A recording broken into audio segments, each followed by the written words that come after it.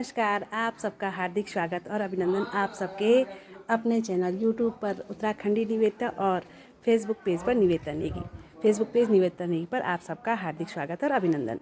मेरे बुजुर्ग व्यूअर्स को मेरा सादर प्रणाम और नन्हे मुन्ने प्यारे प्यारे बच्चों को प्यार भरा आशीर्वाद। मोटिवेशनल स्टोरी सीरीज़ की श्रृंखला को आगे बढ़ाते हुए आज की मोटिवेशनल स्टोरी है अपनी ज़िंदगी की डोर खुद से थामे। एक बारी एक पंडित जी एक राजा के यहाँ जाते हैं। राजा के यहाँ पूजा करते हैं। राजा पंडित जी को एक दुधारू बकरी देता है और कहता है कि आप इस बकरी का दूध पीजिएगा, इस बकरी के दूध से खीर बनाइएगा और भगवान को भी भोग लगाइएगा, इसके दूध का आनंद भी लीजिएगा। पंडित जी बहुत खुश होते हैं। पंडित जी अपने घर की ओर चल देते हैं। आधे रास्ते जब पंडित जी पहुंचते हैं तो पंडित जी को अच्छी लगती है, कहीं पे बैठ जाते हैं।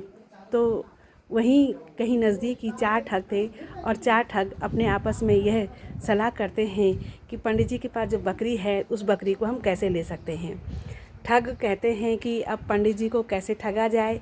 अभी तो पंडित जी राजा के यहाँ से आ रहे हैं, इनको ठगना आसान नहीं होगा। लेकिन फिर भी वो प्रयास करते हैं।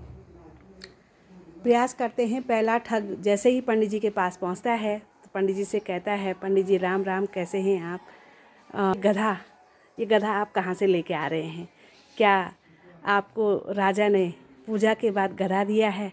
पंडित जी कहते हैं कि नहीं नहीं भाई, ये गधा नहीं है, ये बकरी है, ये गधा नहीं है।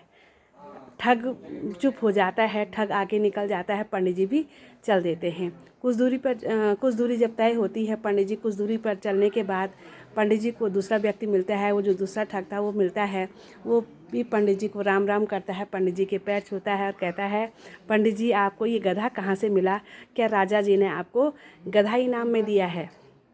पंडित जी कहते हैं नहीं नहीं, ये गधा नहीं है, ये बकरी है, ये दूध देगी, भरपूर मात्रा में ये हमें दूध देगी, ये बकरी है। पंडित जी भी चल देते हैं। कुछ दूरी जब तय करते हैं, जबकि पंडित जी अपने गांव की सीमा पर पहुंचने ही वाले थे, उससे पहले पंडित जी को तीसरा व्यक्ति मिलता है। तीसरा व्यक्ति पंडित जी के पैर छूता है। वो तीसरा ठग था। वो पंडित जी से कहता है कि पंडित जी राम राम, कैसे हैं आप? आनंद मंगल। और राजा के यहाँ से आपको क्या मिला? क्या राजा ने आपको ये गधा दिया है?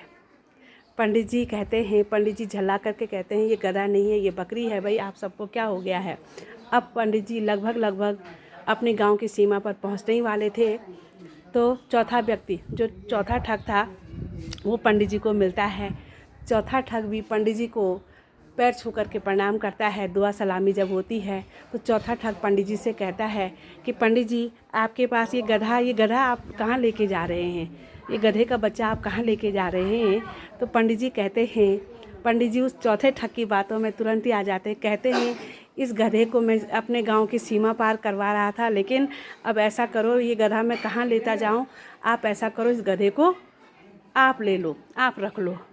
चौथा ठग गधे को ले लेता है और पंडित जी अपने गांव की तरफ चल देते हैं और चारों ठग पंडित जी को ठगने में सफल हो जाते हैं। तो इसी तरह से दोस्तों, दूसरे की बातों में हम अपनी ज़िंदगी में तुरंत ही आ जाते हैं और जो हमारे पास दुधारू बकरी होती है उसको भी हम अपने जीवन में खो देते हैं। तो अपने जीवन की डोर अपने हाथों में रखिए। अब क्योंकि अपने लिए जितना अच्छा भला बुरा हम सोच सकते हैं, कोई भी दूसरा व्यक्ति हमारे लिए नहीं सोच सकता है। तो कहानी आपको कैसी लगी आप ज़रूर ही कमेंट्स करके बताइएगा। इन्हीं शब्दों के साथ आप सबका बहुत बहुत धन्यवाद।